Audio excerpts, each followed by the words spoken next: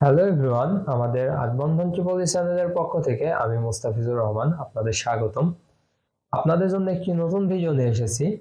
এই ভিডিওতে আপনারা জানতে পারবেন conductor versus insulator, difference between conductor and insulator. আমরা এই ভিডিওতে জানব ইনসুলেটর ও কন্ডাক্টরের মধ্যে কি পার্থক্য রয়েছে।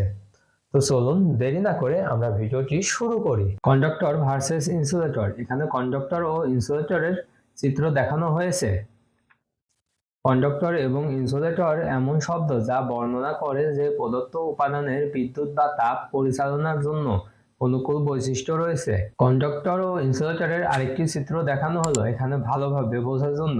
কন্ডাক্টর এবং ইনসুলেটরের মধ্যে প্রধান পার্থক্য হলো একটি কন্ডাক্টর বিদ্যুৎ বা তাপ ভালোভাবে সঞ্চালন করে, যেখানে একটি ইনসুলেটর বিদ্যুৎ বা তাপ খারাপভাবে পরিচালনা করে। এখানে কন্ডাক্টর বৈদ্যুতিক যে তাপ বা উচ্চ পাওয়ার আছে এটি ভালোভাবে পরিচালনা কাজের জন্য ব্যবহৃত করা হয়ে থাকে, আর এই ইনসুলেটর আমরা ব্যবহার করে থাকি তাপ খারাপভাবে পরিচালনা হয়। যেমন বৈদ্যুতিক লাইন এই ইনসুলেটরের উপর যদি কেউ স্পর্শ করে, এর কোনো কভার না থাকায় এটি শর্ট করবে, এবং এই কন্ডাক্টর বা তারের কভার থাকায় এর উপর স্পর্শ করলে এটি শর্ট করবে না।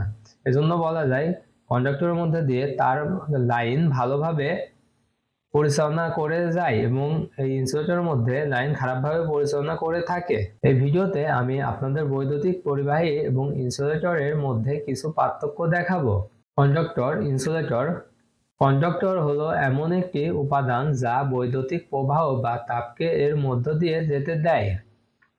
অন্তরক বৈদ্যুতিক প্রবাহ বা তাপকে এর মধ্য দিয়ে যেতে দেয় না।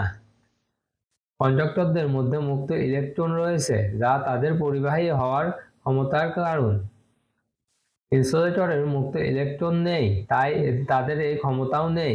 কন্ডাক্টরের প্রতিরোধ ক্ষমতা উচ্চ থেকে নিম্ন পর্যন্ত পরিবর্তিত হয়।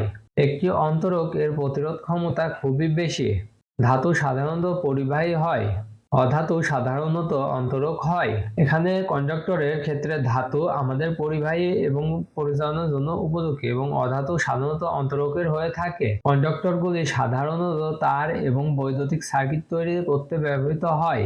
ইনসুলেটরগুলি কন্ডাক্টরের চেয়ে অনেক বেশি কাজের জন্য ব্যবহার করা হয়, যেমন বৈদ্যুতিক তারগুলি ইনসুলেটরের সামগ্রীর সাথে প্রলেপ দেওয়া হয়। পরিবাহীর উদাহরণ হলো লোহা ও তামা ইত্যাদি। ইনসুলেটরগুলির উদাহরণ হলো কাঠ এবং রাবার ইত্যাদি। এখানে আমরা পরিবাহীর জন্য তামা, লোহা, অ্যালুমিনিয়াম ব্যবহার করতে পারি এবং ইনসুলেটরগুলোর জন্য আমরা উদাহরণস্বরূপ কাঠ, রাবার ইত্যাদি ব্যবহার করে থাকি। ধন্যবাদ আমাদের সাথে থাকার জন্য, এবং আমাদের এই ভিডিও থেকে যদি কোনো ইনফরমেশন পান তাহলে অবশ্যই আমাদের চ্যানেলটি সাবস্ক্রিপশন করবেন এবং নিত্য নতুন ভিডিও সবার আগে পেতে পাশে থাকা বেল বাটনটি ক্লিক করুন। ধন্যবাদ এভরিওয়ান।